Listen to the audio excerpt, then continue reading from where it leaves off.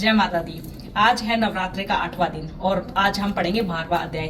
12वां अध्याय जब शुरू किया था तब भी मैंने आपको बताया था कि 12वें अध्याय में कुछ खास है जो मैं आज आपको बताऊंगी। तो शुरू करते हैं, पर उससे पहले हम गणेश की वंदना करते हैं।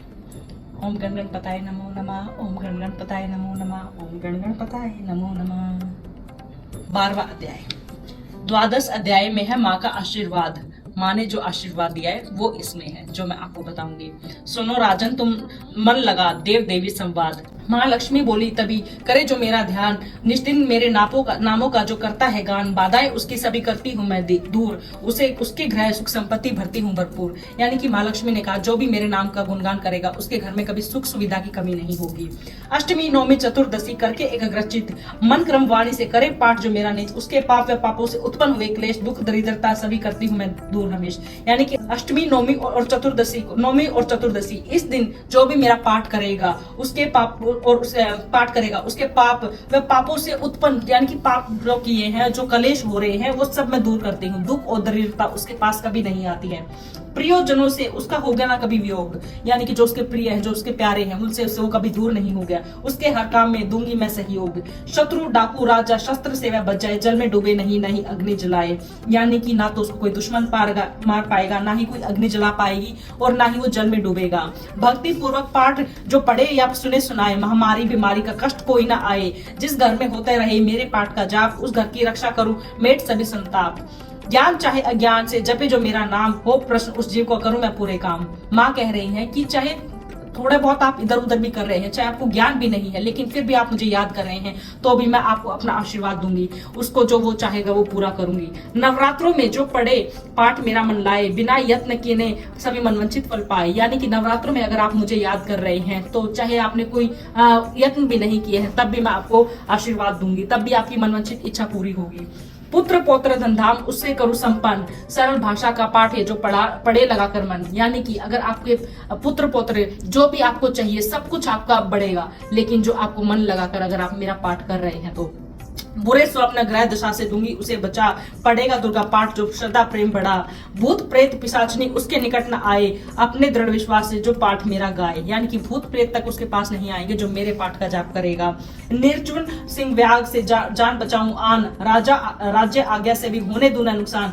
भंवर से भी बाहर करूं लंबी भुजा प्रसार, जो दुर्गा पाठ पढ़कर करेगा प्रेम पुकार। यानी कि राज्य दुनिया में तुम्हारा नाम मैं करूंगी रोशन। मैं तुम्हें जो इतना सा अगर राज्य है तो उससे भी ऊपर तुम्हारी बुझाई कर दूंगी, अगर तुम मुझे याद कर रहे हो, मेरा गुणगान कर रहे हो। संसारी विपत्तियां देती हूँ मैं टाल, जिसको दुर्गा पाठ का रहता सदा ख्याल। मैं ही रिद्धि सिद्धि हूँ महाकाली विकराल, मैं ही भगवती चंडिका शक्ति शिवा विशाल। भैरव हनुमत मुख्य गण है मेरे बलवान, दुर्गा पाठ से सदा करते महान। यानी कि भगवान हनुमान जो है वो मेरे साथ रहते हैं, जो भी आपकी तकलीफ है वो सब दूर करती हूँ।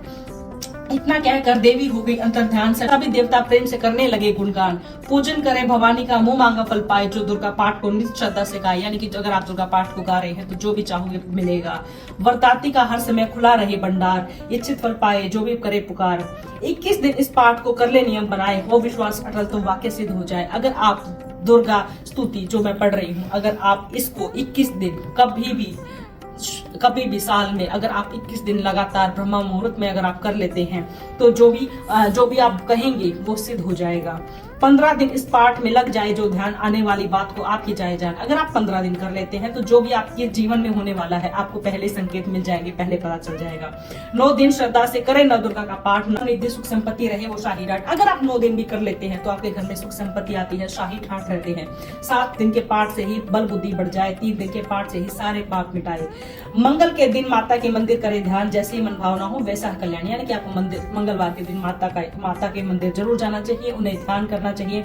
शुद्धि और सच्चाई हो, मन में कपट न आए, तज कर सभी मान से किसी का न मन कल पाए। सबका हो कल्याण जो मांगेगा दिन रैन, कल कर्म को पर कर करे कष्ट को सहन, रखे दर्शन के लिए इस दिन प्यासे नैन। भाग्यशाली इस पाठ का पाएगा सच्चा चैन, द्वादश से अध्याय का मुक्ति का दातार, जीव होकर निडर करे भर से पार। यानी कि अगर आप माँ के दर्शन के लिए तरस रही हैं तो माँ जरूर दर्शन देंगी। सच्चे दिल से माँ के ऊपर विश्वास रखिए, माँ की पूजा करते रहिए। यही है 12वें अध्याय का निष्कर्ष जो माँ बता रही हैं, जो माँ आशीर्वाद दे रही हैं कि अगर आप इतने दिन भी पाठ करेंगे तो मैं अगर आप सिर्फ 5 दिन भी 7 दिन भी मेरा जाप करते हैं तो मैं तो उसमें भी खुश हो जाती हूँ। जय माता दी, जय माता दी, जय माता दी।